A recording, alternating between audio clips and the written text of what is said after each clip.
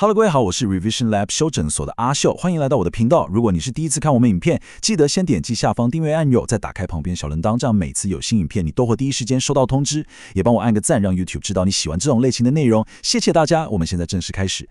好，今天我們要來聊一個很有趣的話題。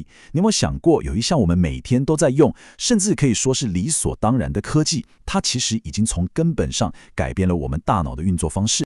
OK， 我們直接來玩一個小小的思想實驗。想象一下，你眼前有4樣東西：一個木頭、一把斧頭、一把錘子，還有一把鋸子。你覺得這4樣東西裡面哪一個跟其他3個最不搭嘎？給你3秒鐘，在心裡選一個答案。相信我，這個問題的答案背後藏着一個關於我們人類心智演化的巨大秘密。講到知識，你腦中第一個浮現的是什麼？大概就是書本啊、文字啊、理論這些東西，對吧？但如果我跟你說，真正的知識其實是藏在我們親手創造的事物裡面呢？沒錯，我們身邊的工具，我們的科技，它本身就是一種被固化下來的知識。這件事其實很有趣哦。你看哦，我們人類啊，總是會拿手邊最厲害的發明來當作理解世界的模型。比方說，在17世紀，當大家看到那種滴答滴答、超級精密的鐘錶，他們就會說啊，我懂了，整個宇宙就像一個巨大的發條時鐘。時間快轉到19世紀，到處都是轟隆轟隆的蒸汽機，大家的世界觀又變了，變成這個世界根本就是一台超大的蒸汽引擎。那到了我們這個時代呢，你最常聽到的比喻就是大腦是硬體，心智是軟齒。這不就是把我們自己當成一台電腦嗎？你看，我們的科技完全框住了我們思考世界的方式。你可能會覺得，這不過就是個比喻嘛。不，這可不只是比喻而已。你知道嗎？連科學史上那些大神級的理論，其實都欠了當時的科技一個大人情。像是達爾文，他的天擇理論，靈感是哪來的？其實就是來自當時農夫們已經在用的人工育種技術。那愛因斯坦呢？如果沒有火車跟時鐘這2樣科技，讓他去思考在高速移動的火車上時間會發生什麼變化，那搞不好相對論根本就不會誕生。18世紀有位哲學家叫維科，他講了一句話，我覺得哇，真的是一針見血。他說，我們只能真正理解我們親手創造出來的東西，這其實很好懂，對吧？就像你如果親手組裝過一台電腦，你才會真正搞懂裡面每個零件是幹嘛的。這就是所謂的製造者知識。知識不是空想來的，是做出來的。接下來我們進入下一個關鍵點。好，聽到這裡你可能會想，阿秀，你說知識在東西裡，這我懂了。但這就奇怪了，為什麼從蘇格拉底、柏拉圖開始，西方的哲學家們幾千年來好像都在鑽牛角尖，一直在討論語言、邏輯這些抽象的東西，這不是很矛盾嗎？沒錯，這中間肯定有什麼關鍵的事情發生了。這就帶出了一個更根本的問題，到底是什麼樣的發明有這麼大的魔力，可以把我們嘴巴裡那種講完就飄散在空中的語言，從現實世界中一把抓出來，變成一個可以放在桌上用放大鏡好好研究的東西？在我們可以討論什麼是真理、什麼是邏輯之前，語言本身必須先變成一個可以被研究的物件才行。這個答案其實我們每天都在用，但可能從來沒這樣想過。它就是書寫，沒錯，就是寫字這件事。是書寫這項發明，把流動的口說的語言變成了一個可以被放在眼前、反覆檢視的人造物。好，接下來我們要進入今天這一集最核心也最震撼的部分。我們來看看書寫這項科技是怎麼樣像一個超級工程師一樣，回過頭來把我們人類大腦的作業系統整個給重灌了。甚至可以說，我們今天掛在嘴邊的理性，根本就是他創造出來的。這個重灌過程主要分3步。第一步，離散化。你想象我們講話是不是像流水一樣連在一起的？書寫做的第一件事情就是拿一把刀，把這條流動的河刷刷刷切成一塊一塊的，變成獨立的文字方塊。第二步，外部化，就是把這些文字方塊從我們的大腦裡丟出來，丟到石板上、紙張上。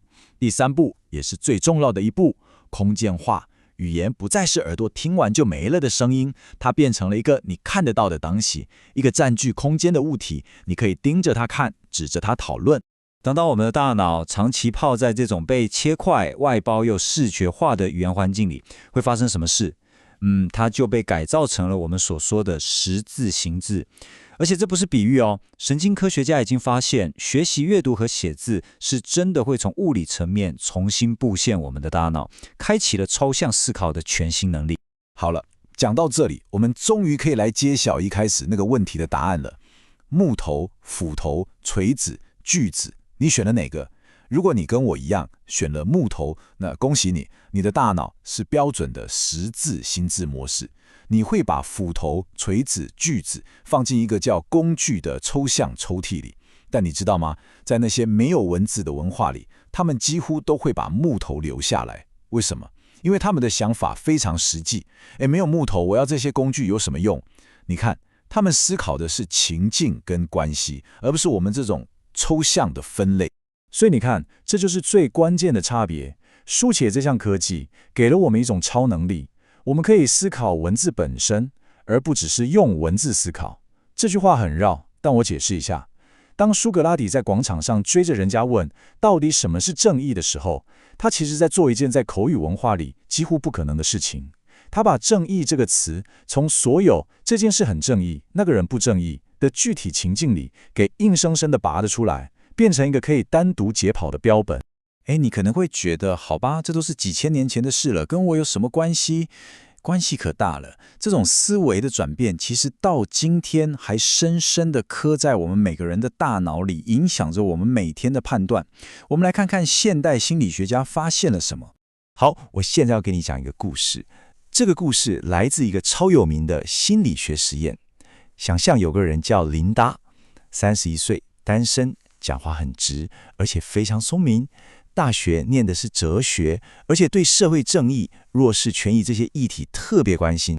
好，故事講完了，現在問題來嘍。你覺得下面哪一個描述可能性比較高？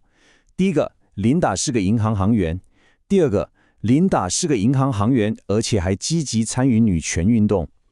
你先憑直覺選一個，大部分的人，大概超過80%，都會覺得第二個比較可能。但真的是這樣嗎？這就要提到諾貝爾獎得主康納曼的理論了。他說我們大腦裡其實住了2個人，一個叫系統1，他做事憑感覺，反應超快，還愛聽故事。他基本上就是我們前面講的那個口語心智的現代版本。所以當他聽到琳達的故事，他會覺得哇，這描述跟女權運動超搭的，就馬上選了2。但大腦裡還有另外一個人，叫系統2。他比較懶，思考得很慢，但非常講邏輯。他就是我們被後天訓練出來的識字心智。他會把情緒放一邊，用純粹的規則來分析。那如果我們把系統2叫醒，他會告訴我們什麼？他會說，答案絕對是第一個。為什麼？邏輯很簡單。你想想看，全世界的銀行行員這個圈圈，跟全世界又是銀行行員又是女權運動者這個圈圈，哪個比較大？當然是前面那個嘛。所以只滿足一個條件的可能性，永遠會大於或等於同時滿足2個條件的可能性。你看，這就是識字心智那種脫離故事、只看規則的思考方式。好，我們把剛剛講的這一切串起來，從古時候的工具到書寫的發明，再到現代的心理學實驗，這整趟旅程到底告訴了我們一件什麼樣驚人的事？結論就是，我們一直以來引以為傲的理性或邏輯思維，它根本不是我們人類天生就有的原廠設定，它更像是一個我們後來才安裝的 App， 一個由書寫這項科技所打造出來的軟體。總結一下今天的重點：第一，我們的科技決定了我們如何理解世界；第二，書寫這項古老的科技把語言變成物件，從而創造了抽象的理性思維；第三，我們大腦裡同時存在着直覺的口語心智和邏輯的識字心智，而且它們常常會打架。今天的內容就到這邊，如果你覺得這集有幫助，記得馬上點讚、加訂閱、加開啟小鈴鐺。我們正在衝訂閱，需要你的支持。